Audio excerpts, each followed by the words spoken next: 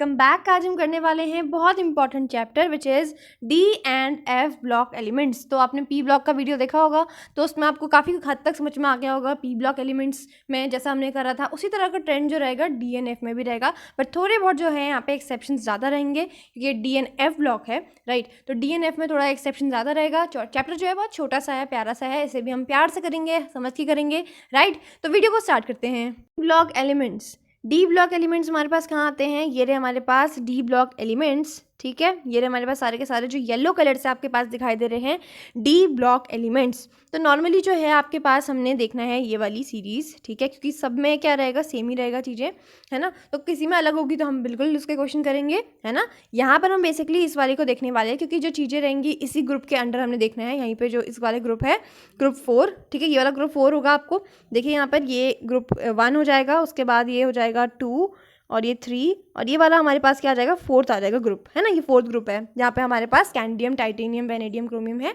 ये 4th group है।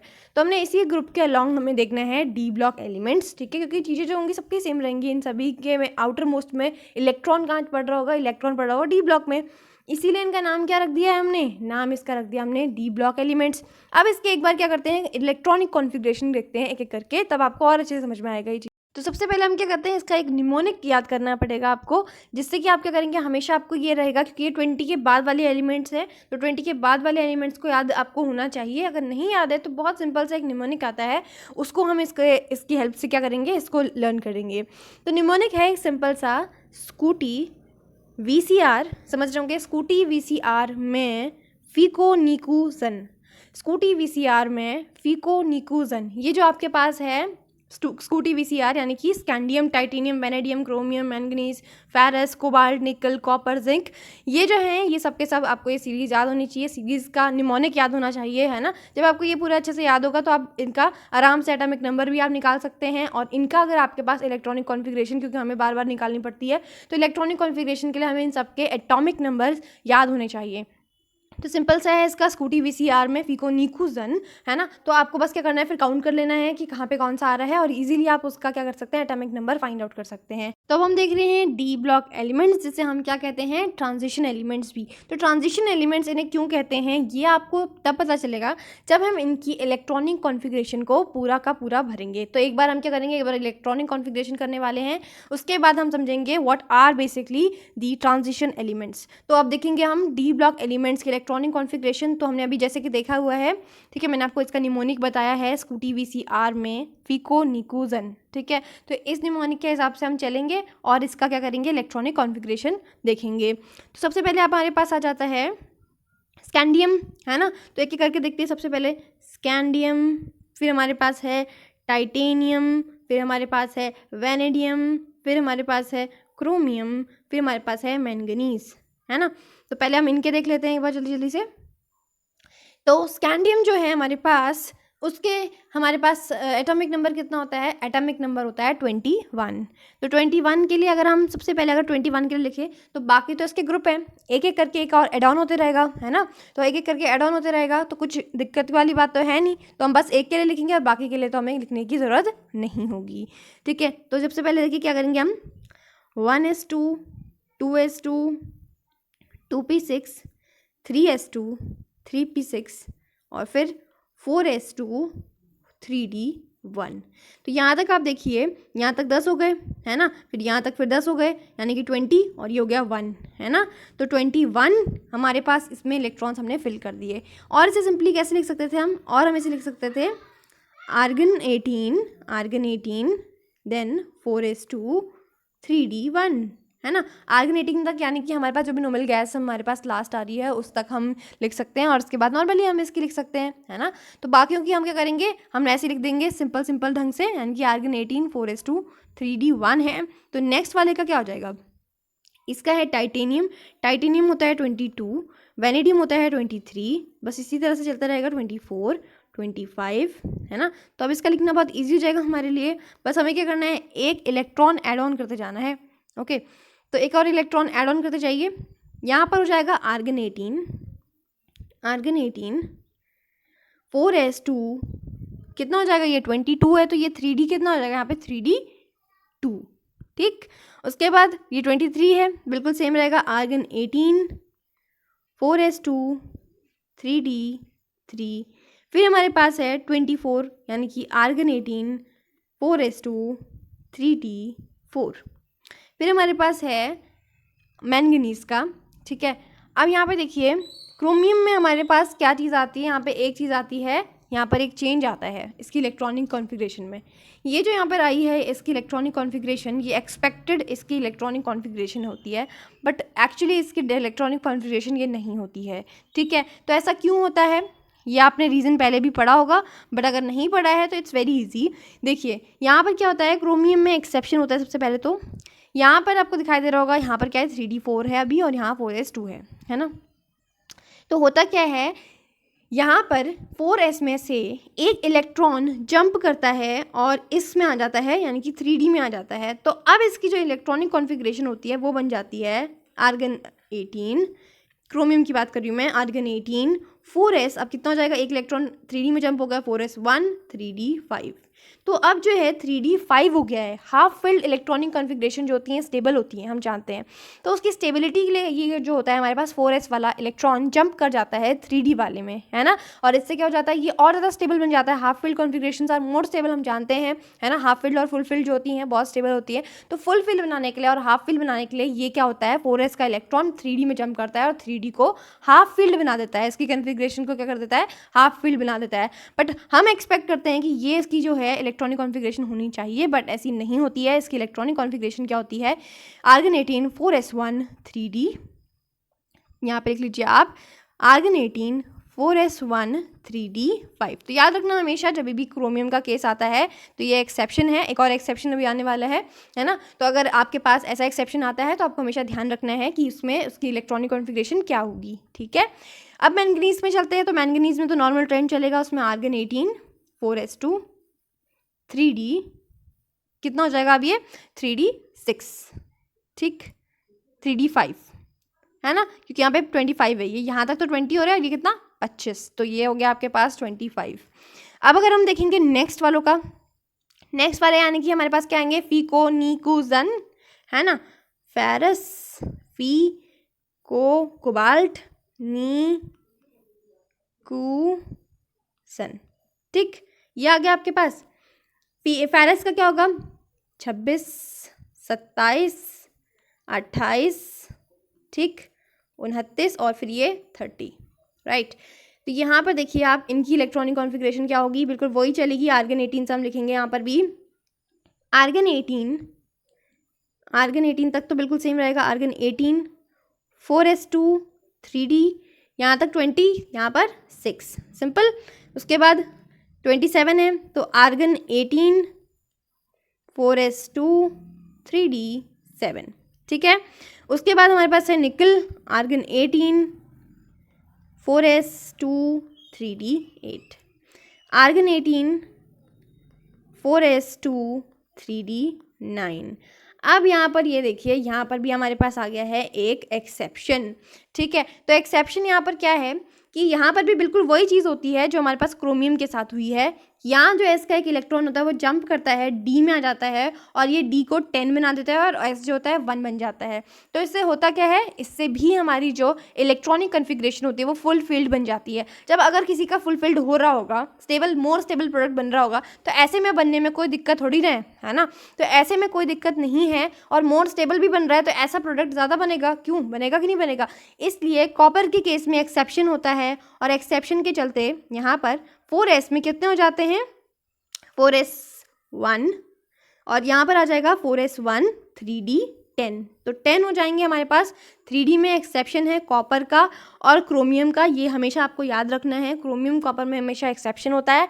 इनके आउटर मोस्ट में जो डी वाला होता है हाफ फील्ड और फुल फील्ड इनकी कन्फिग्रेशन रहती है, ठीक है। उसके बाद जिंक में नॉर्मली चलेगा जैसे कि इसका चलता है, यानी कि आर्गन 18 4s2 और ये कितना हो जाएगा, यहाँ पर 20 है तो यहाँ पर बिल्कुल फुल फील्ड रहेगा ये 3d10, ठीक है।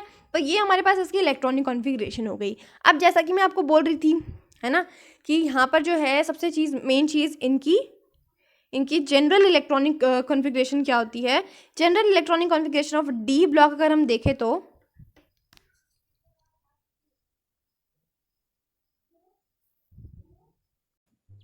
तो यहाँ पर अगर हम इसकी जनरल इलेक्ट्रॉनिक कॉन्फ़िगरेशन देख लें तो आपको दिखाई दे रहा होगा कि NS में क्या हो सकते हैं, N में क्या हो सकता है, 0 से लेकर के 1 2 कुछ भी हो सकता है ना। तो यहाँ पे हमने कभी 1 भी लिया है और कभी 0 भी हो सकता है, तो 0 से लेकर 2 तक यहाँ पर क्या रहेगी, N में रहेगा। और फिर उसके बाद अगर हम देखें D की बात करें तो D में कितना रहेगा, D वाले में सबके सब क्या हैं, D वाले में हमारे पास ज़्यादातर जो आए हैं वो आए हैं, अगर हम D ब्लॉक की बात कर रहे हैं क्योंकि यहाँ पे पूरा D ब्लॉक आएगा, है ना।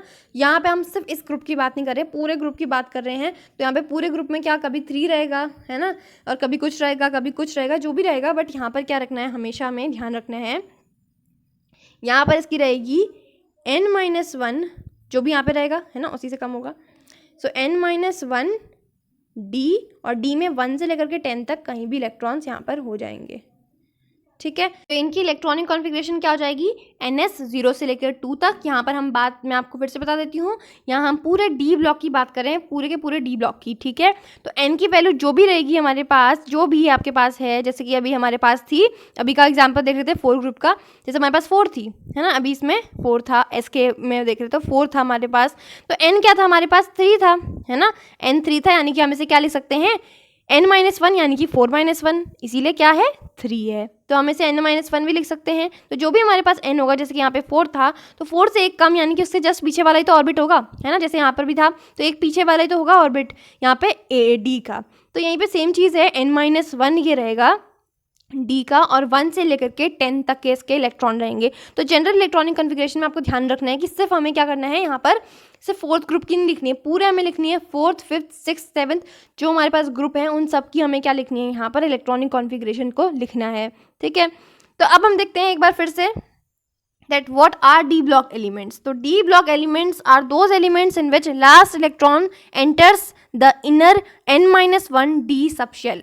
बात समझ में आ रही है अब आपको ये वाली, इनर N-1 D सबशेल कहने का क्या मतलब था। यहाँ पर जैसे कि हमारे पास एग्जाम्पल के लिए 4 था, 4 जो था आउटर वाला है, आपको समझ में आ रहा होगा कि सबसे पहले D आया होगा, है ना।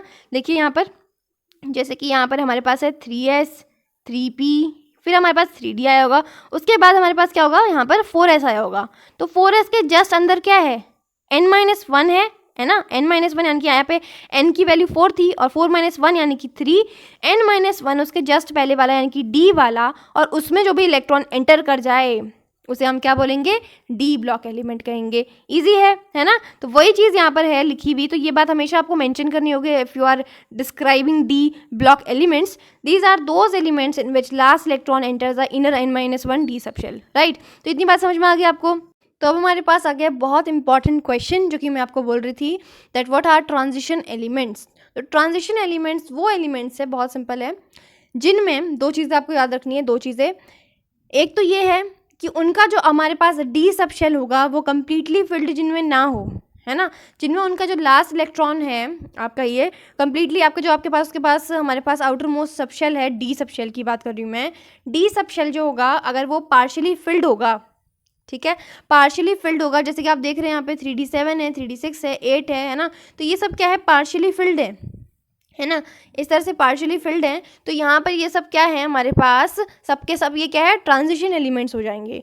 तो अगर जिसमें भी अगर हम बात करें, अभी डी ब्लॉक के तो हमने सिर्फ एक ही ग्रुप देखा है, तो बाकी में भी अगर हम देखेंगे तो जिनमें भी डी ब्लॉक एलिमेंट में डी सबशेल आपके पास पार्शियली फिल्ड आपको दिखाई देता है, उसमें कम्प्लीटली फिल्ड नहीं दिखाई देता है, दोनों चीज़ों में, एक तो वो जैसे एलिमेंटल फॉर्म में है, और जैसे हमारे पास Fe है ना, Fe है, तो वहाँ पर क्या है आपके पास, Fe के केस में अगर उसके पास Fe2+ हो जाए, Fe3+ हो जाए, तो वो तब उसका कौन सा स्टेट होगा, उसका ऑक्सीडेशन स्टेट होगा। तो उसके ऑक्सीडेशन स्टेट में की भी बात कर रही हूँ मैं, एक ही की बात नहीं कर रही हूँ, ऑक्सीडेशन स्टेट हो या फिर उसका या एलिमेंटल स्टेट हो, दोनों में ही, है ना, दोनों में ही हम उसको देखते हैं। उसका ट्रांजिशन एलिमेंट की कंडीशन ये है कि उनमें दोनों में ही अगर उसके पास पार्शियली फिल्ड, अगर आपके पास जैसे एक में ही, चलो ठीक है कि एक में नहीं है, एलिमेंटल स्टेट में भले ही उसके पास पूरे उसके फिल हो रखे हैं, है ना, पूरे उसके कम्प्लीटली फिल हो रखे हैं, और अगर हम उसकी ऑक्सीडेशन स्टेट देख रहे हैं और ऑक्सीडेशन स्टेट में तो नहीं हो रखे हैं, है ना, जैसे आपके पास आ गया Fe का केस आ गया या किसी और का भी केस आ गया, तो अगर हम उसका एलिमेंटल फॉर्म निकालेंगे तो एलिमेंटल फॉर्म में अगर जैसे सपोज हमारे पास एग्जाम्पल में आता है, इसका क्वेश्चन भी है, कॉपर की बात करते हैं, कॉपर में आपको 3D10 दिख रहा है, है ना। इसका 10 तो डी जो है, हम डी की बात कर रहे हैं, इसकी बात नहीं कर रहे हैं। तो जो 3D है इसका 10 है, कंप्लीट है डी वाला, है ना। डी ब्लॉक में डी सब शेल अगर कंप्लीट है तो हम उसे क्या बोल रहे हैं, ट्रांजिशन एलिमेंट। बट कॉपर की बात करते हैं तो इसे हम ट्रांजिशन एलिमेंट इंक्लूड नहीं करते हैं। इसका भी क्वेश्चन भी करेंगे, तो इसे हम क्यों इंक्लूड नहीं करते हैं, बिकॉज हम जब इसकी निकालते हैं सी की 2+ में हम निकालते हैं ना, एलिमेंटल फॉर्म में इसके ऑक्सीडेशन, एलिमेंटल फॉर्म में तो क्या आ रहा है, बिल्कुल डी इसका कंप्लीट है। बट जब हम इसे देखते हैं इसकी कॉमनली अकरिंग ऑक्सीडेशन स्टेट में, तब इसका जो होता है डी सब शेल जो होता है कंप्लीटली फिल्ड नहीं होता है। तो इसीलिए हम इसे क्या करते हैं, इसे हम ट्रांजिशन एलिमेंट में इसे हम नहीं रखते हैं। तो अगर हम देखें तो टेक्निकली सिर्फ जिंक होता है पूरे, हम अगर ग्रुप की बात कर रहे हैं तो जिंक ही हमारे पास होता है जिसका elemental as well as oxidation state दोनों में ही, अगर आप देखेंगे कॉमनली अकरिंग ऑक्सीडेशन स्टेट यानी कि 2+ जो है इसकी, उसमें अगर आप देखेंगे दोनों में ही इसका डी सब शेल फुल हो रखा होगा, है ना। तो अब इसका क्वेश्चन भी करने वाले हैं हम जस्ट, तो पहले हम इसे देख लेते हैं that these are those d block elements in which d subshell is partially filled। ठीक है, d subshell की बात कर रही हूँ मैं, ओके। तो d subshell अगर partially fill होगा तो उसे हम क्या बोलेंगे, transition element with in its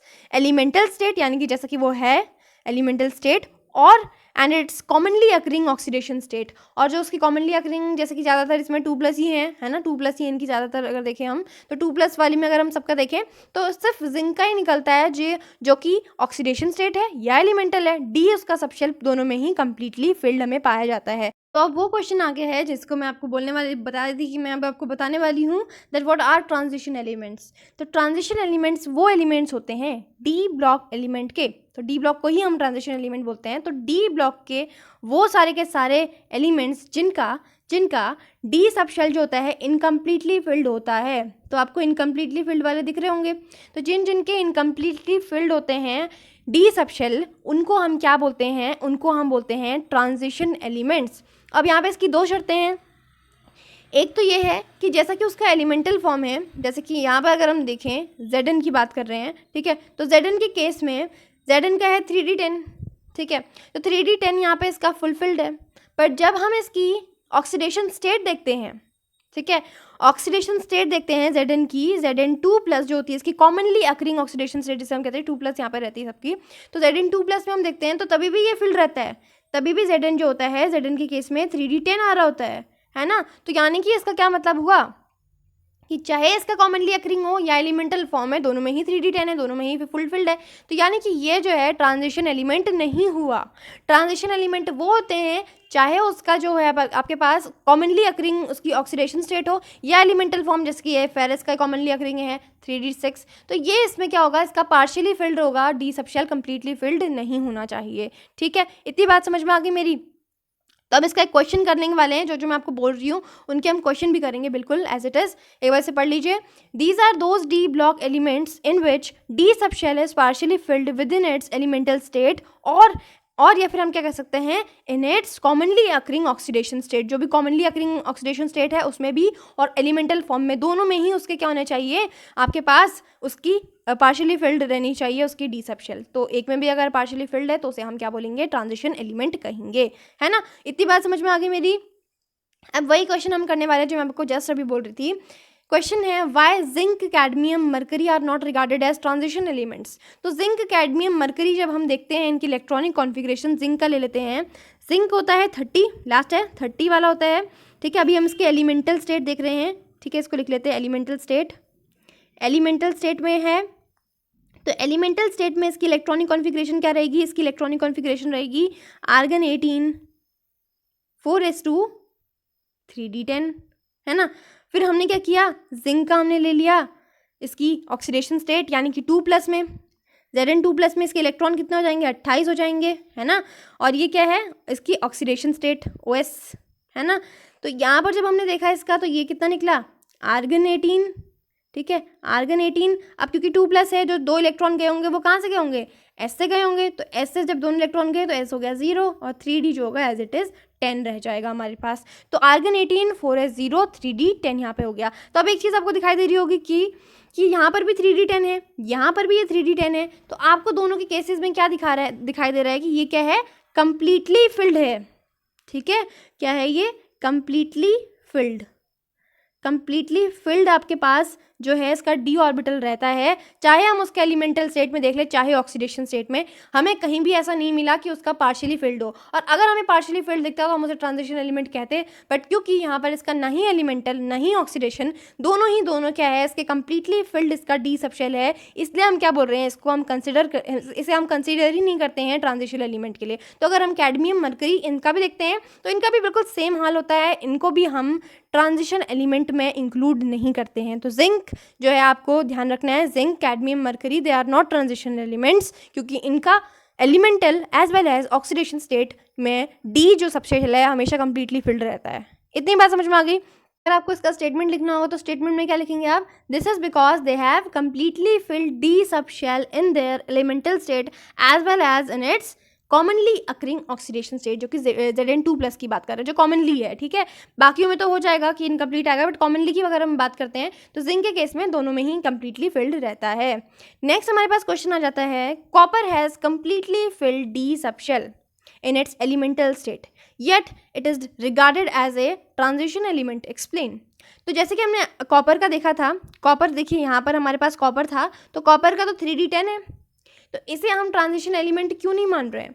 तो बहुत इजी है, जब हम इसका देखते हैं 2+ इसकी कॉमनली अकरिंग है ना, कॉमनली अकरिंग में देख लेते हैं जल्दी जल्दी। तो हम जब कॉपर की कॉमनली अकरिंग में देखते हैं Cu2+ की, तो कितनी हो जाएगी जल्दी बताइए मुझे, कॉमनली अकरिंग में अगर हम देख रहे हैं तो अब कॉपर देखिए, पहले हमारे पास कॉपर कितना था, 29 था।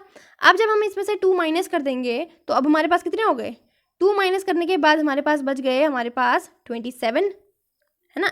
जब हम 2+ की बात कर रहे हैं तो ये हो जाएगा आर्गन 18, 4s। अब 4s में पहले कितना था, 1 था, अब 4s में कितना होगा, 0 हो जाएगा, है ना। और 3d से भी 1 निकल जाएगा हमारे पास, तो 3d से जब 1 निकल जाएगा तब हमारे पास कितना बच जाएगा, अब ये हो जाएगा बिल्कुल हमारे पास ये हो जाएगा इसमें 9 इलेक्ट्रॉन्स। समझ में आ रहा है। तो पहले तो 3d10 था, बट क्योंकि यहाँ पे जब हम इसकी कॉमनली अकरिंग यानी कि Cu2+ आप जानते हैं बहुत ज़्यादा कॉमन है इसकी ऑक्सीडेशन स्टेट, तब देखते हैं तब ये 3d9 जो है हो जाता है, जो कि क्या है, इनकम्प्लीट है ना। तो इनकम्प्लीटली फिल्ड हो गया हमारे पास डी, है ना। तो इनकम्प्लीटली फिल्ड डी सबशेल की वजह से इसे ये क्या बनाता है, ये इसे बनाता है ट्रांजिशन एलिमेंट, है ना। तो यही सेम रीजन है यहाँ पे, this is because copper has partially field D subshell in its commonly occurring oxidation state. तो ऑक्सीडेशन स्टेट की अगर हम बात कर रहे हैं तो ऑक्सीडेशन स्टेट में इसकी जो कॉमनली अकरिंग ऑक्सीडेशन स्टेट है, तब क्या हो जा रहा है, उसका जो आपके पास डी सबशेल है उसमें 9 इलेक्ट्रॉन आ रहे हैं, जबकि उन्हें 10 चाहिए।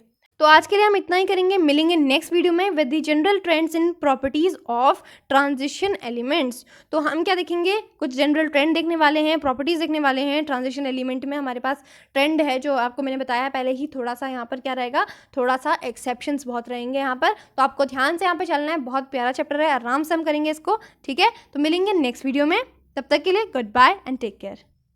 If you found my video helpful, then please like the video and comment if you have any doubts regarding the topic, and do subscribe the channel if you really wanted to learn like this. So keep watching my videos and stay tuned.